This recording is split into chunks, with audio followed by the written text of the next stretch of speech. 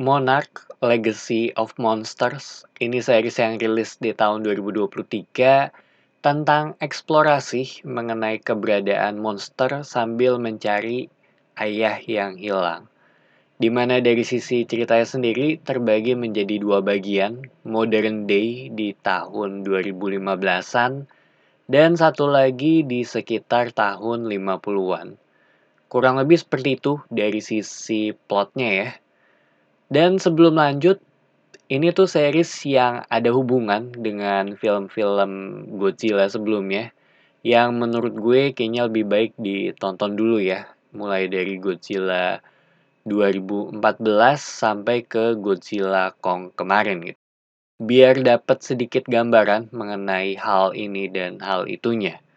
Walaupun jujur aja kalau ngomongin dari film-film sebelumnya, secara cerita sendiri gue tuh udah lumayan banyak lupanya ya. Terutama dari sisi Monarch, di mana emang berkaitan juga dengan series ini.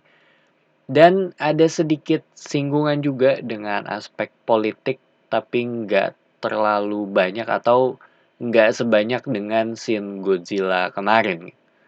Tapi menurut gue, buat yang sengaja nonton untuk ngeliat para monster ini berantem ya, atau Godzilla yang datang ke kota, gue rasa akan kecewa karena di sini tuh lebih mengarah ke sisi eksplorasi sambil mencari ayahnya yang diduga hilang gitu. Walaupun ada beberapa monster juga yang muncul di sepanjang series, tapi gue rasa bukan itu ya yang atau bukan itu tujuan dari series ini gitu. Kalau ngomongin dari sisi ceritanya, di sini tuh berfokus pada tiga orang, yaitu Kate, Kentaro, dan Mei. Di mana Kate dan Kentaro sendiri mereka nggak sengaja bertemu untuk mencari ayahnya yang diduga hilang. Sedangkan untuk Mei merupakan mantan pacar Kentaro yang masuk ke dalam perjalanan mereka. Namun sejalan dengan cerita, perlahan sadar bahwa ada sesuatu yang besar di balik ini semua. Kurang lebih seperti itu kalau ngomongin secara cerita singkatnya ya. Dan setelah gue selesai nonton, jujur aja, ini tuh series yang mayoritas agak ngebosenin kalau buat gue gitu. Walaupun terus berjalan ya. Secara cerita ditambah ada flashback juga. Tapi gue ngerasa ya ceritanya muter-muter di situ-situ aja.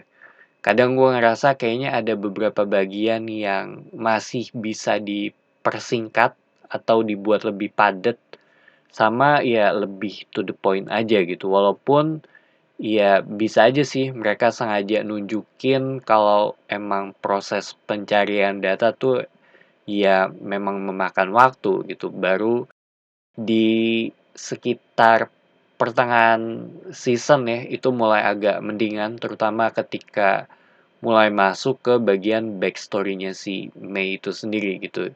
Yang menurut gue punya pembahasan tersendiri karena akan ngebuka berbagai macam diskusi lainnya juga.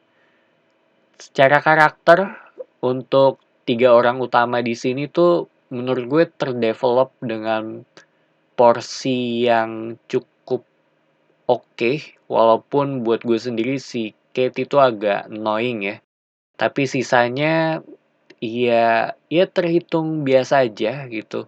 Nggak ada sesuatu yang wah banget.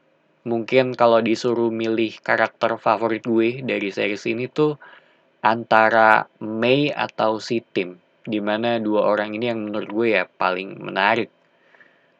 Terus cara production value ya ini sih ya emang besar dan kelihatan juga gitu walaupun gue ngerasa ada beberapa CGI ya yang terasa bohongan dan ada beberapa momen juga yang gue ngeliat agak sedikit buram tapi terhitung nyaman untuk diikutin atau dilihat ya secara keseluruhan.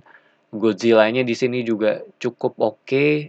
Sisanya ya terhitung biasa aja gitu kalau buat gue ya. Ya balik lagi nggak ada sesuatu yang benar-benar bisa dibilang wah banget. Mungkin karena standar CGI untuk series tuh juga semakin meningkat ya dari tahun ke tahun. Jadi ya udah terhitung biasa aja gitu ketika gua nonton series ini. Secara misteri, ya menurut gue ini mulai menarik tuh pas episode 7. Gue dibuat cukup penasaran untuk kedepannya akan seperti apa. Ya soalnya apa yang terjadi di episode tersebut tuh cukup ngebuka banyak posibilitas ya.